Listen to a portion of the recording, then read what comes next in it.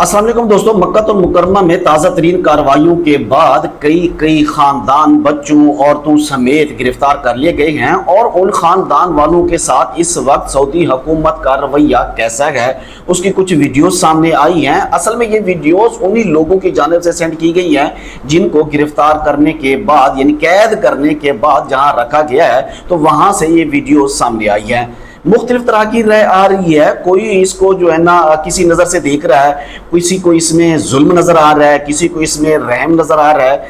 मैं चाहूँगा कि आप भी अपनी राय से हमें आगाह कीजिएगा कि किसी मुल्क का अगर कोई कानून हो तो उसको फॉलो करना चाहिए या अपनी मर्जी से चलना चाहिए। स्क्रीन के ऊपर आप देख सकते हैं, वीडियो में नज़र आता है कि एक बहुत बड़ा हाल है और ये सिर्फ एक नहीं बल्कि इस जैसे कई हैं यहाँ पे।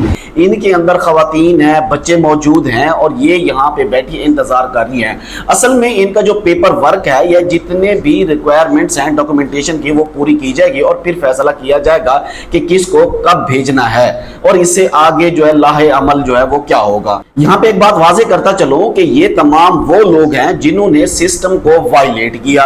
ये यहाँ पे विजिट वीजा पे, उम्रा वीजा पे हैं या किसी तरीके से इलीगल तौर पर यहाँ पे मुकीम है। सऊदी अरब के निजामुल इकामा जो है उसकी खिलाफ वर्जी की है, कानून को तोड़ा है, लेकिन कानून इन लोगों को इस वक्त पकड़ रहा है। तो यहाँ पे ये जो वायलेटर हैं इनको पकड़ तो लिया गया लेकिन इनके साथ कोई भी गैर इंसानी सलूक नहीं किया गया। इनको जेल की सलाखों में बंद करने की बजाय बड़े बड़े हॉल्स में बिठा रखा गया।